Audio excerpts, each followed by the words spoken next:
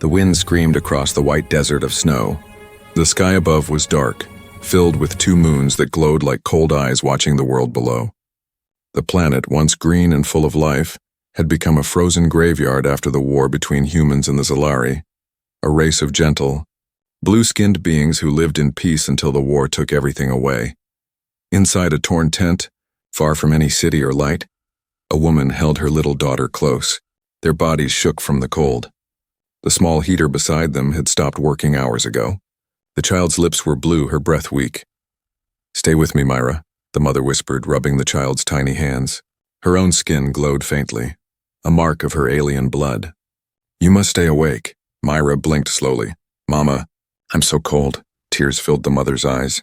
She pulled the thin blanket over them both, pressing her body against the child's to share what little warmth she had left.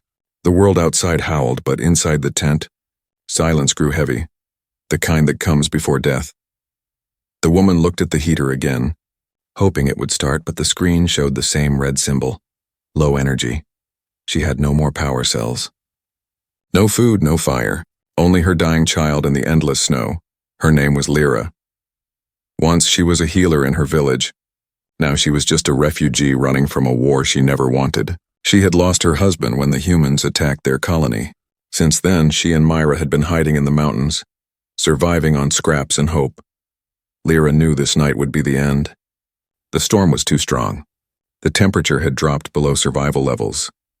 No one would come to save them, not after the humans destroyed everything. She looked down at her daughter. Myra's eyes were half closed. Lyra's heart broke. She took a deep breath, pulled the child even closer, and whispered softly, "If you must go, then I will go with you." She kissed her daughter's forehead. Her body ached from cold, but she didn't care anymore. She closed her eyes, ready to let the ice take her. Then, a sound, a faint beep from outside the tent. Lyra froze. Her eyes opened wide. The sound came again, louder this time, mechanical, electronic. Someone or something was out there. She crawled to the tent's entrance, her breath fogging the air. When she lifted the flap, a bright light hit her face. She covered her eyes and stepped back. A shadow appeared in the storm, tall, broad, moving slowly toward her. It wasn't a Zalari. It was too big, too solid. Then she saw the metal armor, glowing red lights on the chest, and a face covered by a black visor. A human soldier. Lyra's heart stopped. She reached for a small knife she kept hidden, but her hands were trembling too much to hold it. The soldier raised both hands, showing he wasn't holding a weapon. His voice came through the helmet, rough and cold. "Don't move. I'm not here to hurt you." Lyra didn't believe him. "Stay away," she shouted, shielding her child. He looked around the tent, saw the broken heater, the dying child. He took a slow step forward. "Your power's out. She'll freeze in minutes." Lyra's eyes filled with fear. "You humans did this. You burned our homes. You killed—" "I know," he said quietly, "and I can't undo that. But right now your daughter is dying. Let me help." Lyra didn't answer. The soldier knelt beside the heater, pulled out a small metal box from his suit and attached it to the heater's port. A bright green light appeared, energy restored.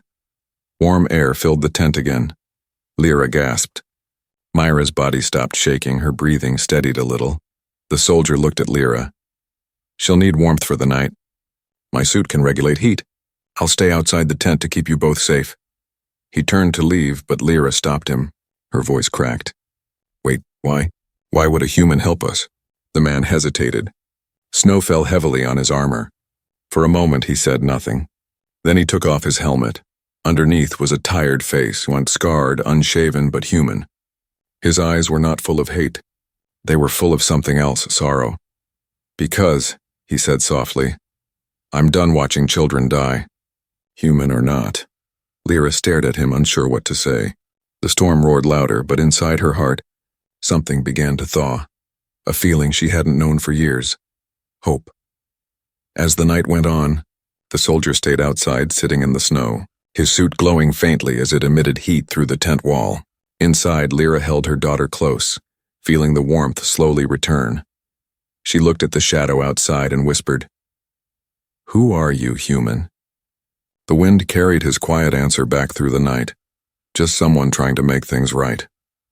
The next morning came slowly. gray and silent. The storm had passed, leaving the world buried under new layers of snow. Inside the small tent, soft warmth filled the air. The heater was still glowing, powered by the human's strange device. Lyra opened her eyes, blinking in the faint light that came through the tent fabric. For a moment, she didn't know where she was. Then she saw her daughter sleeping peacefully beside her, alive, breathing, her skin no longer pale. Lyra's heart trembled. Myra was alive. She looked toward the tent's entrance and saw a shadow moving outside. The human. He had kept his promise. Slowly, she lifted the flap. The man was sitting on the frozen ground, his armor covered in frost, his breath visible in the cold. He looked half asleep but still alert, his weapon beside him untouched. "You stayed," Lyra whispered. The man turned his head. "Told you I would." His voice was calm, deep, with a tired kindness in it. He reached into his pack and pulled out a small container. "Here, heat packs. They'll keep you warm if the heater fails again." Lyra took them carefully, as if touching something dangerous. Why are you doing this?" He looked out toward the horizon. The snow stretched endlessly. "Because once someone did the same for me." Lyra didn't understand. Humans were known for their cruelty during the war. Her people had seen villages burn under their weapons. Yet this single man, had saved her child without asking for anything. "My name is Lyra," she said quietly. "And this is my daughter, Myra."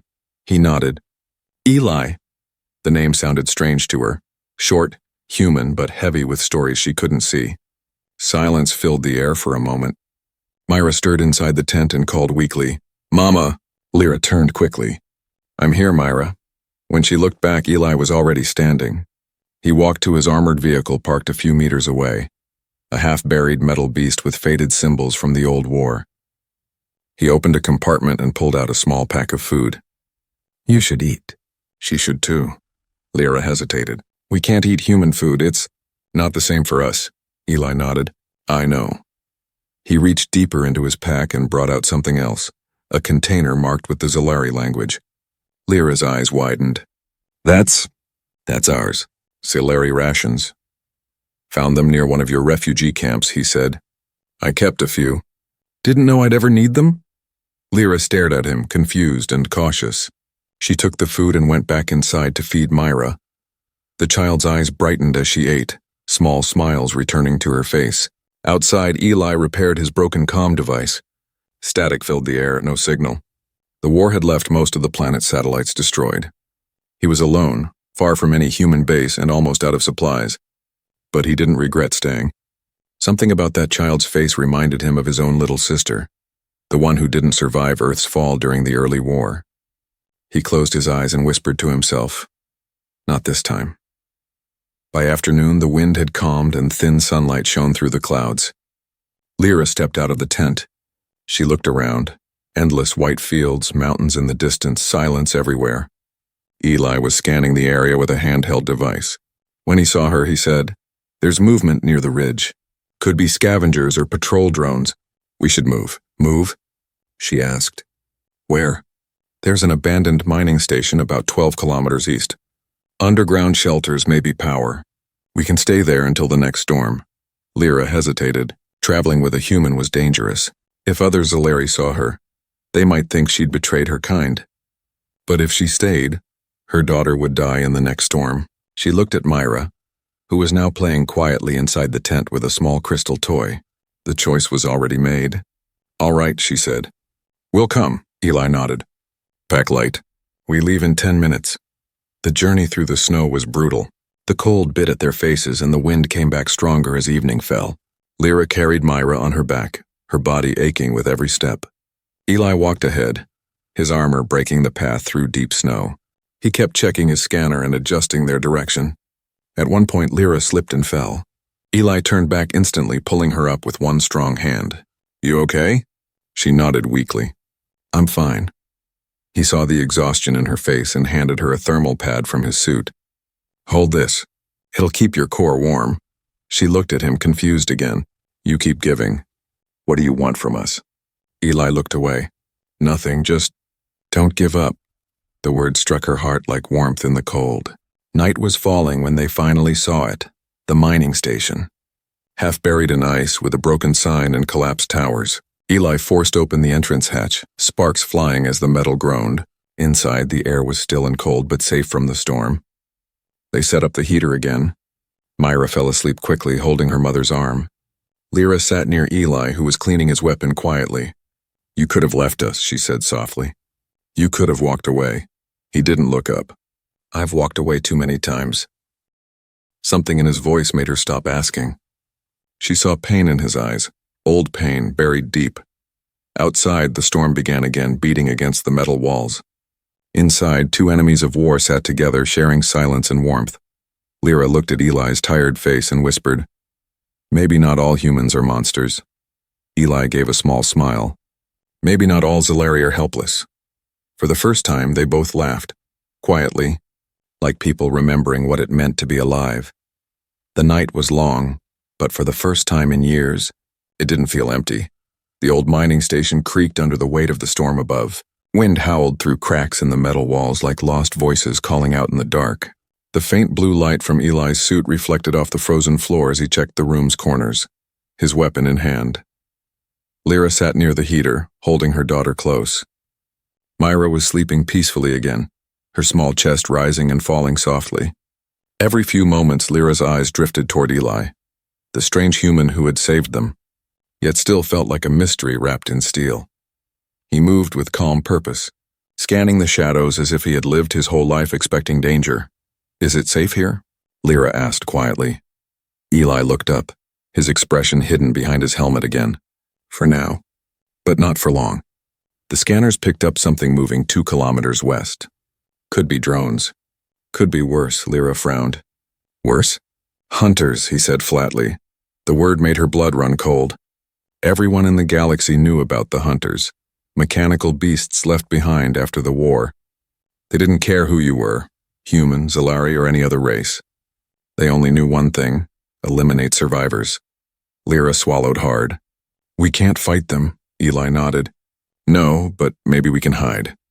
He walked to a console on the wall, brushed off the ice, and tried to power it up.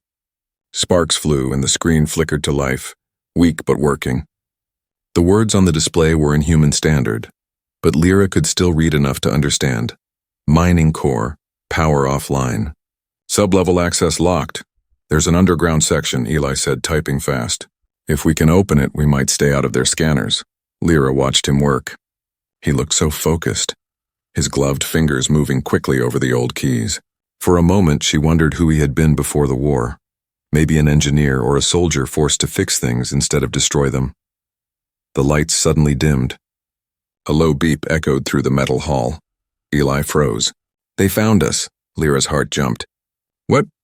A loud crash came from outside. The whole structure shook. Dust fell from the ceiling. Myra woke up with a cry and Lyra grabbed her tightly. Eli ran to the window. Through the icy glass he could see red lights moving in the distance, like eyes in the snow. "Hunter units," he said. 3 of them, Lyra's breath caught. "We'll die here. Not if I can help it." Eli rushed to a small side door and began breaking open a control panel. He ripped out a handful of wires and connected them to his suit. Sparks shot out. His visor flickered. "Eli, what are you doing?" Lyra shouted. He grunted. "Overriding the lock. The sublevel is below us. Maybe it's warm, maybe not. But it's safer than up here." Outside, the sound of metal feet crunched through snow. Closer, heavier. The hunters were scanning for life signs. Lyra could feel her heart pounding in her chest. Myra clung to her, whispering, "Mama, I'm scared." "I know, my love," Lyra said softly, brushing her daughter's hair. "Stay quiet. Stay with me." Eli slammed his hand against the panel one last time. The door behind him slid open with a heavy groan, revealing a dark stairway descending into the earth. "Go," he ordered. "Take her and go." "What about you?" "I'll follow. Just move." Lyra ran down the stairs, holding Myra close.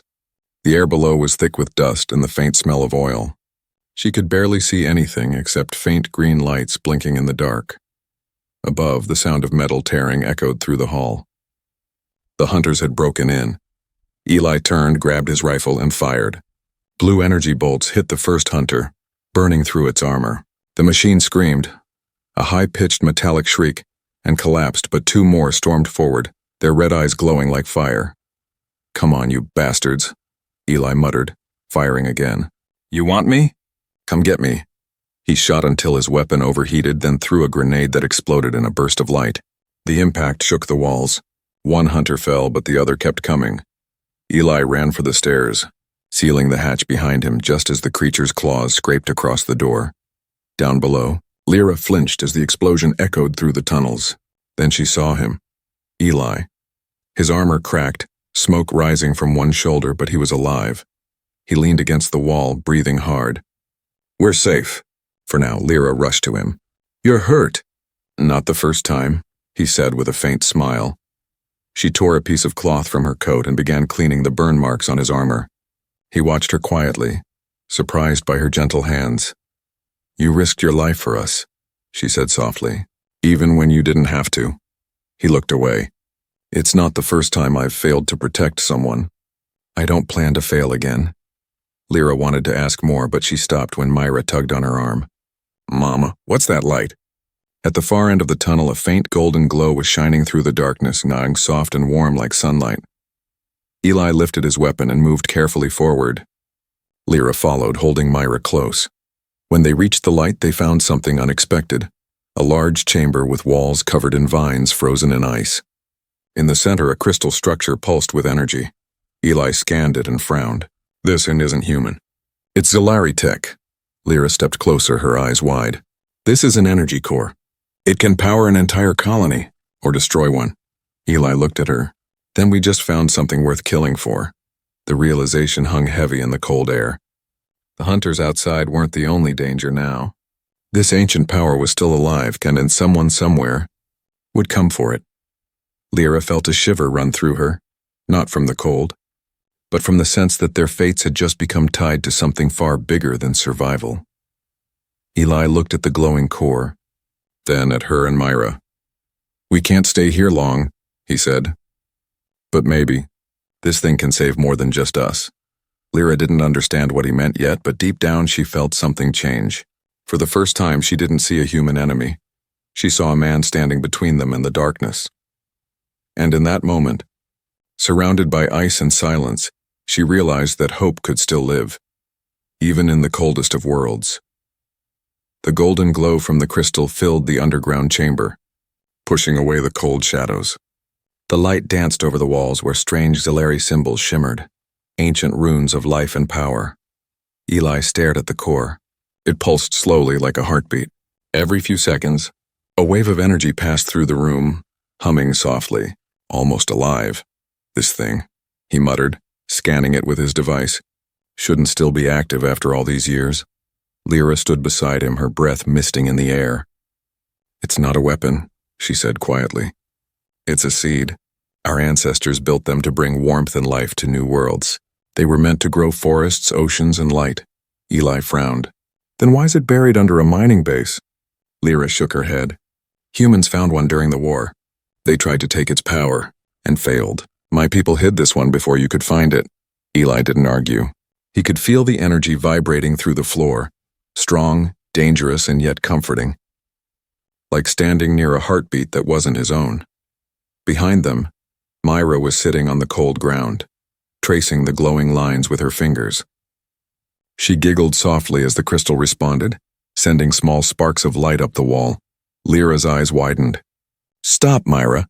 But the crystal reacted gently as if recognizing the child's touch. A new light appeared, and softer, warmer, and the hum in the air became a melody. Eli stepped closer. "She's activating it." Lyra gasped. "That's impossible. Only highborn Zalari could ever." Then she stopped. Myra's father had been a scientist, one of the few who worked on ancient core technology before he was killed. Perhaps his blood still lived within her daughter. The light spread until it reached a panel on the far side of the room. It slid open, revealing a narrow tunnel filled with frost and wires.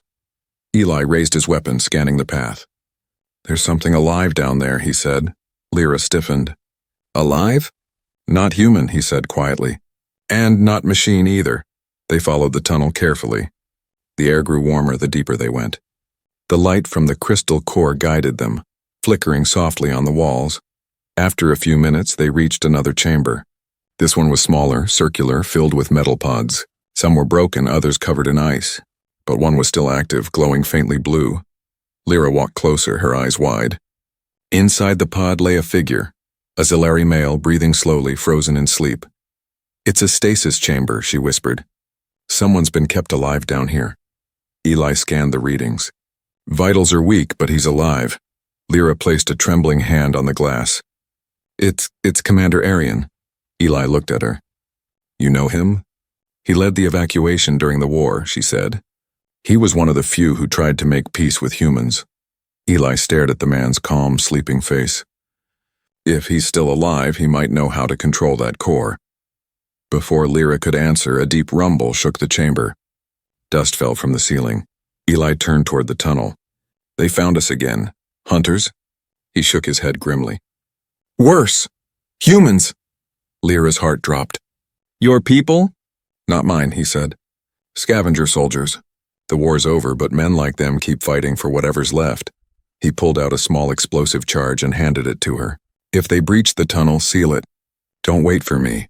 Lyra grabbed his arm. "No, you'll die!" He looked at her with tired eyes. "Better me than your daughter."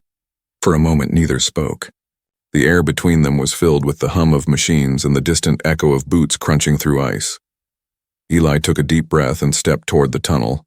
But before he could go, Myra stood in front of him.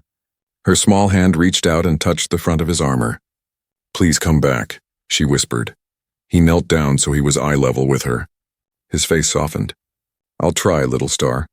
Then he stood and vanished into the shadows of the tunnel. The sound of gunfire echoed moments later. Blue light flashed through the dark corridor. Lyra held Myra close, her heart pounding. Through the blasts and shouting, she could hear Eli's voice, shouting commands, firing back, refusing to fall. She wanted to run to him, but she couldn't risk Myra's life. Instead, she turned back to the stasis pod. The commander's eyes flickered open. He gasped weakly. Who are you?" "Lyra," she said quickly. "You were frozen. The core woke you." The old Zellari looked past her at the crystal light glowing down the tunnel. "The seed of Solara. It's still active?" "Yes," Lyra said. "But humans are coming." The commander's expression hardened. "Then we cannot let them have it. That power could burn the stars themselves." He reached toward a control panel inside the pod. Symbols appeared and the floor beneath them began to glow. "What are you doing?" Lyra asked. "Activating the shield," he said weakly. "It will protect the core." "But it will drain my life." Lyra shook her head. "You can't." "I must," he gave a faint smile. "Your child?" She awakened the seed. That means she carries hope. Protect her. Lyra's eyes filled with tears. "I don't even know how." "You already are," he whispered. Then his hand fell and his body went still. A low hum filled the chamber again, and a golden barrier spread around the room like sunlight through fog. The ground shook one last time. Then silence. Hours later, Lyra sat against the wall holding Myra. The crystal core still glowed softly in the center, alive but quiet. Eli limped back into the room, his armor scorched, his face streaked with blood and frost. "You're alive," Lyra breathed. "Barely," he said with a tired grin. The shield went up just in time. He looked around, saw the fallen commander, and lowered his head. "He bought us our chance," Lyra nodded. He said Myra carries hope. Eli looked at the little girl sleeping in her arms. "Then we protect her, no matter what." For the first time, Lyra smiled. "You sound like one of us." Eli looked at her, eyes soft. "Maybe. I always was." The golden core pulsed once more, brighter than before, and as if it heard them and approved. Outside, the storm faded into silence. But in that silence, something new was being born, not just survival, but trust. A bond between enemies, strong enough to warm a dying world. The storm above the ice world had stopped, leaving a sky of cold silver light.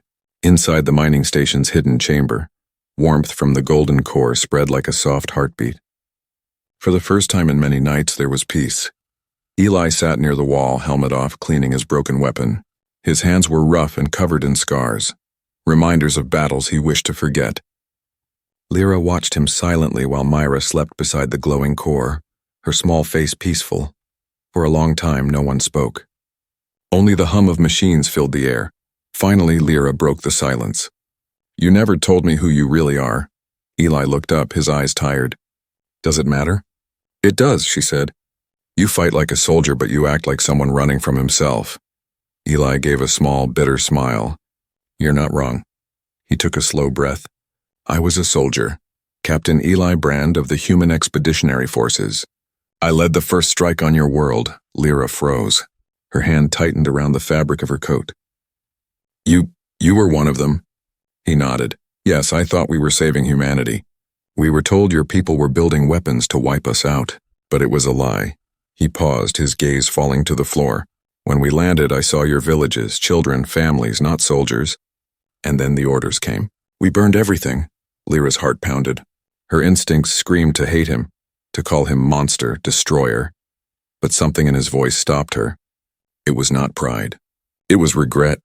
I lost everything that day, he said quietly. My unit, my faith. My sister, Lyra frowned. Your sister? She was with the medics, Eli said. She tried to stop the attack, tried to help the wounded. But command called her a traitor. They left her behind when the retreat orders came. She froze to death in the same storm we caused. Lyra lowered her eyes. I'm sorry. He looked up, surprised. You're sorry? Yes, she said softly. War destroys both sides. I lost my husband in that same fire. My daughter lost her father. You lost your sister? None of us won. Eli exhaled slowly. That's the truth no one wants to say. The golden light of the core flickered between them, gentle and warm. For a moment it felt as though the world had paused to listen. Then Myra stirred, sitting up with sleepy eyes. Mama, I heard voices outside. Eli's eyes narrowed. He stood immediately, checking his scanner. Movement. North tunnel. Lyra's heart jumped. More soldiers? No, he said grimly. Drones. And they're coming fast. He grabbed his weapon and motioned for Lyra to hide behind the core. Stay there. Keep her safe. Lyra pulled Myra close, whispering, Stay quiet, my love. The tunnel lights flickered. Metal clanged. Then came the sound. Clicking, like claws on steel. 3 drones crawled out of the shadows. Spidery machines with glowing red eyes and plasma cutters for arms. Their sensors swept the room. Eli fired first. Blue energy bolts hit the first drone, blasting it apart. The other 2 leaped at him, fast and silent. He rolled, fired again, shattering one's leg. Sparks flew across the chamber. The last drone charged, its cutter glowing hot. Eli blocked with his rifle, sparks flashing in his face. He slammed his armored boot into its body, sending it crashing into the wall, right near the crystal core. Don't let it touch the core, Lyra shouted. The drone's arm reached toward the glowing crystal, and Myra suddenly screamed. A blinding light burst from the core. It wasn't heat or fire, and it was energy, pure and alive. The drone froze mid-attack, its systems shorting out. It fell to the ground, smoking. The light faded slowly. Myra was standing, her eyes glowing faintly gold. Eli and Lyra both stared. Lyra whispered, Myra, what did you do? The little girl looked down, confused. It was hurting you. The air went still. Even the hum of the machine seemed to quiet in respect. Eli lowered his weapon. She controlled the core, he said softly. Like it listened to her. Lyra's hands trembled. She's just a child. Eli shook his head. No, she's more than that. He looked at the dead drones. Their parts were still warm, smoking from the blast. They'll send more. That light, someone saw it. Lyra stepped closer. Then what do we do? Eli glanced at her, then at Myra. We run, but not aimlessly. There's an old human base under the southern cliffs. I can use its transmitter to send a message, maybe to stop this. Stop what? The hunt, he said. Someone up there doesn't want peace. They want that core, and they'll kill anyone who's seen it. Lyra hesitated. Can we trust your people? Eli looked at her with weary eyes. Not all of them, but there are still good ones. I'll find them. He looked down at the child again. She's proof that we don't have to be enemies, that something better can exist. Lyra wanted to believe him. She really did. But fear was heavy in her chest. The world had taught her that hope was fragile and often dangerous. Still, when she looked at her daughter, she saw that light again. The same golden glow that saved them. She took a deep breath. All right, she said. We go south, Eli nodded. We move at dawn. He turned to pack his gear, but Lyra's voice stopped him. Eli, you could have left us again. But you didn't. Why? He paused for a long time, then answered quietly. Because the last time I left someone, she died in the snow. I'm not making that mistake twice. Lyra looked at him, really looked, and saw not a soldier, not an enemy, but a broken man trying to be human again. Outside, the wind began to rise, whispering through the ice tunnels like the voice of the planet itself. Inside, the three of them sat close to the core's glow, a small light in a dying world. The storm would return soon, and with it the hunters, both metal and human. But for now, warmth filled the chamber, and for the first time, Eli believed that maybe, just maybe, humanity still had a heart worth saving. Dawn came slowly, pale and cold. The golden light of the core faded behind the ice, replaced by the dull glow of two suns rising over the horizon. The air was sharp, biting, alive with silence. Eli stepped out first, his armor coated in frost. The snow stretched endlessly, a white desert that hid death beneath its beauty. Behind him, Lyra carried Myra wrapped in thick blankets, her blue skin shining faintly under the light. They walked away from the hidden chamber, leaving the glowing core behind, sealed and protected by the shield Arian had activated. Every step felt heavy, not just from the cold, but from what they carried, a secret powerful enough to change two worlds. Eli led the way using his scanner. "We follow the ridge south," he said. "There's a canyon that leads straight to the human base. 3 days if we move fast." Lyra nodded, her breath fogging the air. "And if we don't?" Eli didn't answer. He didn't need to. The silence said enough. The first day passed with no sign of life and only wind, ice, and silence. Myra slept most of the time, weak from exhaustion. Lyra whispered songs from her home world, her voice soft and sad. Eli walked ahead, his rifle slung across his back. Every few minutes he checked the sky. His visor scanned for signals, but all he got was static. At dusk, they stopped to rest near a cluster of frozen rocks. Eli set up a small heat dome, a round device that spread warmth in a short radius. It was old human tech, but it still worked. Lyra sat across from him. Her eyes studied his face in the firelight. "You've done this before," she said quietly. He nodded. "Too many times? Running?" "Surviving," he replied. "There's a difference." She smiled faintly. "Maybe. But sometimes surviving means you forgot how to live." Eli looked at her, surprised by the softness in her voice. "And you? You still know how to live after everything that's happened?" She looked at Myra, sleeping beside her. "I don't live for myself anymore. I live for her." Eli stared into the flickering orange light. "Then maybe that's what living really means." For a while, neither spoke. Outside, the wind whispered like old ghosts. The second day, the weather turned cruel again. The wind grew violent, snow slicing through the air like knives. Eli had to carry Myra while Lyra held onto his arm to keep from being blown away. The storm made it impossible to see more than a few feet ahead. They followed the beacon in Eli's visor, a faint blue arrow that marked their path. By nightfall, they reached the edge of the canyon. The cliffs dropped hundreds of meters into darkness. The storm roared above them, shaking the ice. Eli checked his scanner. "We'll shelter here for the night. The base should be 2 days' walk from this point." Lyra nodded, her lips trembling from the cold. She looked down at Myra, who was barely awake. "She's getting weaker." Eli took off his glove and touched the girl's forehead. She was burning with fever. "We need warmth and water. I'll find some ice to melt." He walked out into the storm. Minutes passed. Then 20. Then 30. Lyra began to worry. The storm grew louder. "Eli?"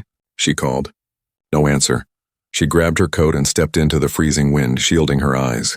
The world outside was white and endless. Then she saw a flicker, a flash of red in the snow. Eli. He was lying face down, half buried, his armor damaged. Lyra ran to him, falling to her knees. "Eli, can you hear me?" He groaned, his voice weak. "Drone, ambush." I didn't see it. She looked around and saw the wreckage, a small scout drone half melted in the snow, its core still smoking. "Hold still," she said. She dragged him back toward the shelter, her strength fading but her will unbroken. Inside, she activated the heater again. The warm air filled the tent and she began cleaning the burn on his side. He watched her quietly. "You saved me again," he whispered. Lyra smiled faintly. "You humans aren't the only ones who can care." Eli chuckled softly, wincing from the pain. "Guess we're even now." But Lyra shook her head. "Not yet." Her hands trembled as she bandaged the wound. You said your sister tried to save people. I think she would be proud of you. His eyes softened. Maybe, but I'm not doing this for her anymore. Then why? He looked at Myra, who was sleeping beside them, her tiny hand clutching his glove. For her. For both of you. Lyra felt her chest tighten. For the first time, she didn't see a soldier. She saw a man, tired, broken, but human. Morning came quietly. The storm had passed, leaving a pink glow across the ice. Eli's wound was stable, though his armor was damaged. They began the final stretch along the canyon edge. Far ahead, faint shapes appeared, metal towers half buried in snow. Eli raised his scope. That's it. The base, Lyra looked at him. Will they let us in? He hesitated. They'll let me in. You two will have to be careful. Myra can't hide what she is, Lyra said softly. Her skin, her eyes. I know, he said, but I'll make them see reason. Before Lyra could respond, Myra stirred and pointed at the horizon. Mama, something's coming. Eli turned. His visor blinked with red warnings, dozens of signals, moving fast. Damn it, he whispered. They found us again. Lyra's face went pale. How? The drones must have sent a trace before I destroyed them. We're not just being hunted anymore, we're being surrounded. He loaded his rifle. Get behind me. But before he could take a step, Myra's eyes glowed again, golden light flickering in the cold air. Wait, she said softly. They don't want to hurt us. Not all of them. The ground trembled. Figures emerged from the storm. Not drones this time, but humans. Soldiers in white armor. One of them raised a hand. Captain Brand? Eli froze. No. It can't be. The soldier took off her helmet while revealing a woman with kind, tired eyes. Eli, she said softly. It's me. Lyra watched in shock as Eli whispered one word, disbelief and hope mixing in his voice. Sarah? The woman smiled faintly. You left me in the snow, brother. But I didn't die. The wind went silent. Even the storm seemed to hold its breath. Eli stepped forward, his heart pounding. You're alive. Sarah nodded. And I've been waiting for you to finish what we started, to end this war once and for all. The wind fell silent as Eli faced his sister. The snow around them glittered like glass, and for a moment, the frozen world seemed to stop breathing. Sarah stood tall in her white armor. Her soldiers fanned out behind her, all carrying weapons but not firing. Her face was pale, scarred by frost and time, yet her eyes were warm. I thought you were dead, Eli whispered. I almost was, she said softly. After you left me, the storm took everything. But a convoy found me months later. I joined the rebuilders. We're not the same army anymore, Eli. We're trying to fix what we broke. Lyra stepped forward cautiously, holding Myra close. Then why bring guns? Sarah looked at her, eyes narrowing slightly. Because that child is radiating energy levels off the charts. We tracked her signal for miles. Whatever she is, the core inside her could change everything. She's not a weapon, Eli said firmly. She's a child, Sarah sighed. You said that once about me. He frowned. What does that mean? Sarah looked at him, her voice trembling. It means I believe you, but Command won't. They want her brought in. They say she's the key to restarting Project Genesis. Eli's blood ran cold. Genesis was shut down after the war. Not anymore, she said. They think they can rebuild the Earth, use alien core energy to heal it. But they don't care how many lives it costs. Lyra stepped between them. You can't take her. Myra didn't ask for this power. Sarah's gaze softened, but her words were cold. And humanity didn't ask to die in the dark either. Eli clenched his fists. Sarah, listen to me. This isn't saving anyone. This is control. This is the same thing that started the war. For a moment, brother and sister stared at each other, two survivors of a world that refused to heal. Then the wind began to rise again, carrying the sound of engines in the distance. Sarah looked up. Back up, they'll be here soon. Eli took a step closer. You don't have to do this. I do, she whispered. If I don't, someone else will. She raised her hand. The soldiers aimed their weapons. Lyra tightened her hold on Myra. Please, she said, tears in her eyes. She's just a little girl. But before anyone could move, Myra's voice broke the silence. You're both sad, she said softly. Everyone turned. The little girl's eyes were glowing and gold bright pure. You hurt inside. The war made you forget. Sarah lowered her weapon slightly. What is she doing? Eli reached toward Myra. Sweetheart, don't. But the air around them shimmered. The snow began to melt in circles around the child's feet. Warmth spread outward like ripples in water. The soldiers stepped back, confused, afraid, but not attacked. Myra was crying softly, yet smiling through her tears. I can feel it, she whispered. All of it. The pain, the hate, the fear, it's so heavy. Eli dropped to his knees beside her. Let it go, Myra, you don't have to carry that. But I do, she said, voice trembling. Someone has to. Lyra's eyes filled with tears. Myra, please, golden light burst outward. It wasn't a weapon, it was warmth, pure and alive. The snow turned to mist, the cold vanished, and every human and alien heart in that circle felt it, a wave of something they hadn't felt in years. Hope. Sarah's armor glowed under the light, and for the first time in a long time, she felt her brother's heartbeat, not through machines but through memory. She dropped her rifle. Eli, she whispered. The soldiers lowered their guns one by one. The light faded slowly like a sunset, until only the wind remained. Myra fell weakly into her mother's arms, exhausted but alive. Eli looked around. The world was different now. The ice no longer seemed endless. The first drops of liquid water shimmered on the ground, reflecting the golden light above. Sarah wiped her eyes. She changed the weather. Eli smiled faintly. No, she changed us. Hours later, the soldiers helped set up camp near the cliffs. No one spoke of war anymore. No one gave orders. They just worked together, human and Zalari side by side. Sarah sat near the heater, watching Myra sleep peacefully. Command will come for her, she said quietly. You know that, right? Eli nodded. Let them come. I'll be ready. Sarah smiled sadly. Always the big brother. He looked at her and grinned faintly. Always. Lyra approached, her eyes warm and calm. When she wakes, we'll move far from here. Somewhere quiet. She deserves to grow, not be studied. Eli nodded. I'll help you get there. Lyra looked at him with gratitude, and something deeper. Why, you could go home. He stared at the horizon. Home isn't a place anymore. It's the people who still believe we can be better. Sarah stood up. Then maybe we all need a new home. They smiled faintly, tired souls finally finding peace in a frozen world. By the next morning, the suns rose higher, casting light across the canyon. The wind was calm, and in the distance small patches of green shimmered, the first signs of life breaking through the snow. Myra woke and rubbed her eyes. Mama? Yes, my love, did I do something bad? Lyra smiled, hugging her close. No, my little star. You did something beautiful. Eli watched the horizon. His scanner blinked, energy readings falling, storms fading. The world was healing. Slowly but truly. He turned to Lyra. She didn't just save us. She saved everyone. Lyra looked at the child, her heart full.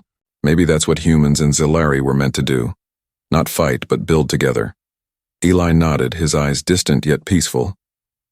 Maybe one day when the stars are warm again, someone will remember this. The day a human and an alien child stopped the cold. Sarah approached, handing him his helmet. So, Captain Brand. What now? Eli smiled faintly, placing the helmet under his arm. Now, we live. As they began their walk across the thawing ice, the wind carried away the last echoes of war.